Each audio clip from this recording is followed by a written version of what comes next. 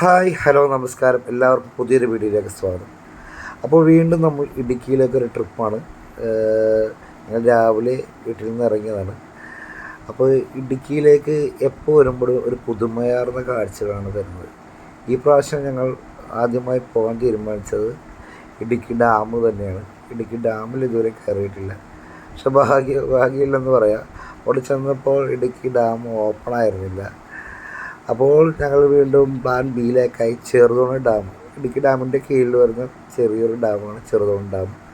ആ ഡാമിലേക്ക് പോകാൻ തീരുമാനിച്ചു. അവിടെ ഒരു 10:30 കഴിഞ്ഞപ്പോൾ ഞങ്ങൾ അവിടെ എത്തി. ഓൺലൈൻ ബുക്കിംഗ് ആണെന്ന് അറിയാൻ സാധിച്ചു. ഓൺലൈൻ ബുക്ക് ചെയ്യാൻ ശ്രമിച്ചപ്പോൾ 3:30 ടൈമാണ് ഞങ്ങളുടെ കാണിച്ചത്, ഞങ്ങളുടെ എൻട്രി ടൈം. അതുകൊണ്ട് ഒരു ദിവസം ഫുള്ളായിട്ട് പോകാൻ ചാൻസ് ഉള്ളതുകൊണ്ട് ഞങ്ങൾ അത് വേണ്ടെന്ന് വെച്ച് ഞങ്ങൾ നേരെ തൊട്ടടുത്തുള്ള കാൽവരി മൗണ്ട് റിസർവ് ഏരിയയാണ് ഈ ഇടുക്കി ഡാമിൻ്റെ കാൽവരി മൗണ്ടിലേക്ക് പോകാൻ തീരുമാനിച്ചു. ഈ കാണുന്നത് നമ്മുടെ ചെറുതോണി പാലമാണ് കേട്ടോ. 2018 പ്രളയം വന്ന് നശിച്ച ശേഷം വീണ്ടും പുതുക്കിപ്പണത് നല്ല പുതിയ പാലമാണ് ചെറുതോണി ഈ പാലം. ഈ പാലം കയറി ഇറങ്ങുമ്പോൾ തന്നെയാണ് നമ്മുടെ ഈ ചെറുതോണി ഈ ടൗൺ കേട്ടോ. ഇതാണ് നമ്മുടെ ചെറുതോണി ടൗണ്. എല്ലാ സാധനങ്ങൾ ഇവിടെ കിട്ടുന്നുണ്ട്. നല്ല അത്യാവശ്യം വലിപ്പമുള്ള ടൗൺ തന്നെയാണ് ചെറുതോണി ടൗൺ.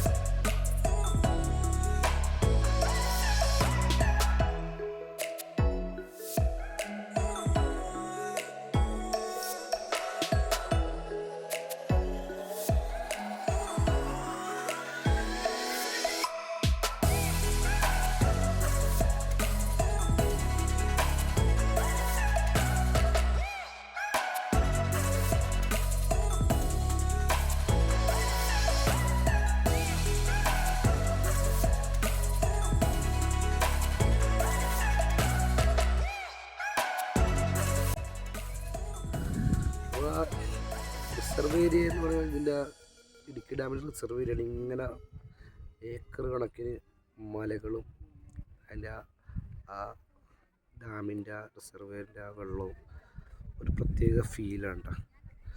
ശരിക്കും പറഞ്ഞാൽ ഇതൊക്കെ നല്ല ക്യാമറയുടെ ഒക്കെ വേണം ഷൂട്ട് ചെയ്യാൻ. നമ്മുടെ മൊബൈലിലെടുത്ത് ഇതിൻ്റെ സൗന്ദര്യം എത്രത്തോളം ആസ്വദിക്കാൻ പറ്റും നമുക്കറിയില്ല. ഇതൊക്കെ നേരിട്ട് തന്നെ വന്ന് കാണേണ്ടതാണ് കേട്ടോ. അത്ര ഭംഗി എന്ന് പറയാൻ അത്ര ഭംഗി. മണിക്കൂറുകളോളം നമുക്കിവിടെ സ്പെൻഡ് ചെയ്യാൻ പറ്റും. വെറുതെ വന്നിരുന്ന കാറ്റ്, ആ തണുത്ത കാറ്റ് മതി നമുക്ക് ഇങ്ങനെ ഇരിക്കും. ഭംഗി ആസ്വദിക്കുമ്പോഴും നമ്മൾ നമ്മുടെ ജീവിതം നമ്മുടെ സേഫ്റ്റി നോക്കണം. അതാണ് അതിൻ്റെ മെയിൻ. മനസ്സിലായോ? ഏക്കർ കണക്കിലൂടെ ഇങ്ങനെ കിടക്കേണ്ട ഈ പുൽമേട്. എവിടെയെങ്കിലും പോകാം, പക്ഷേ ഇത് പോണതിനൊരു പരിധിയുണ്ട്.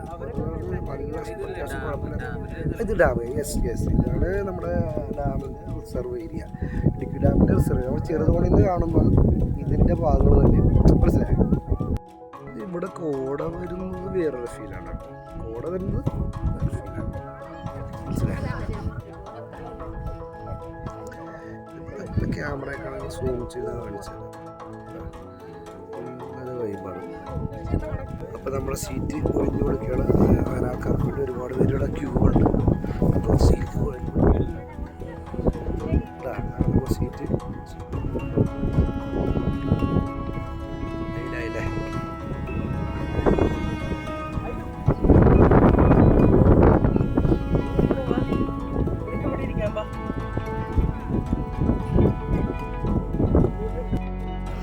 നമ്മളവിടെ നിന്ന് ഇങ്ങനെ വരികയാണ് കേട്ടോ. സൈഡിൽ കൂടി പുൽമേട്, ഭയങ്കര പുല്ലാണ്.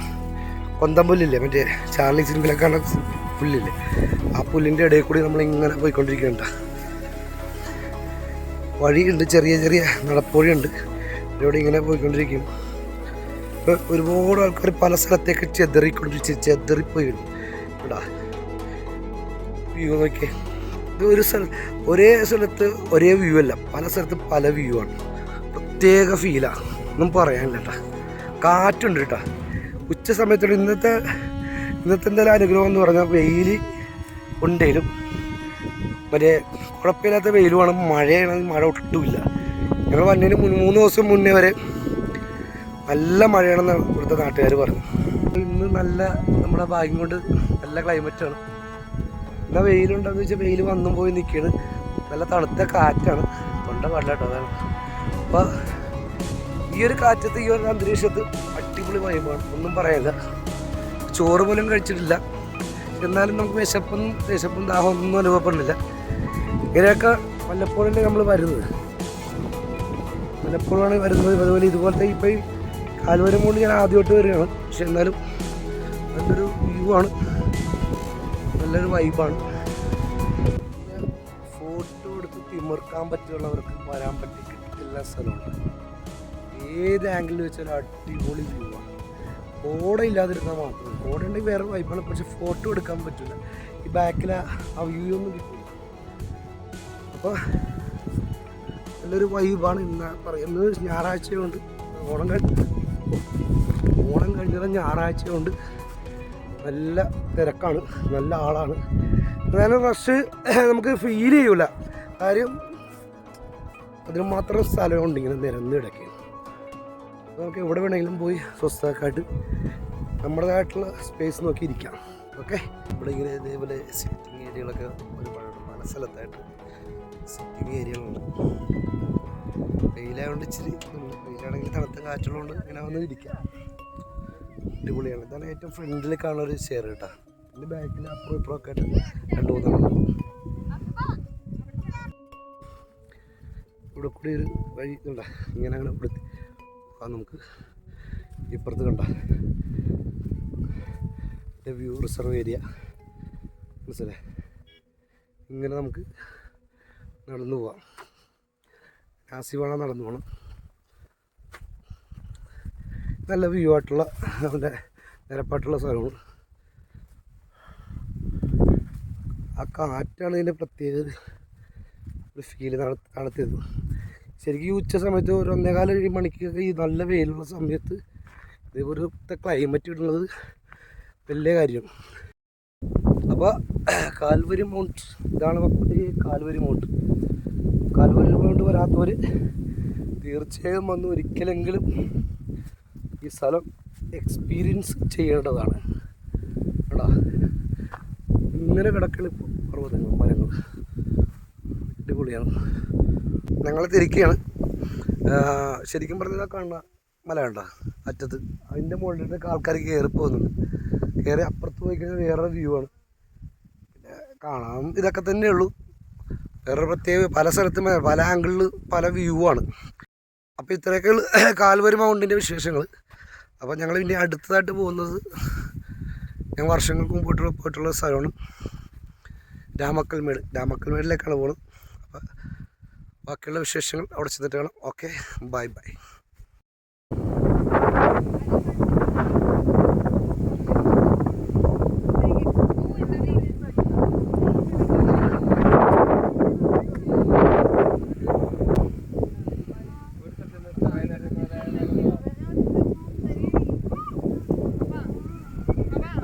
ആ സ്ഥലത്ത്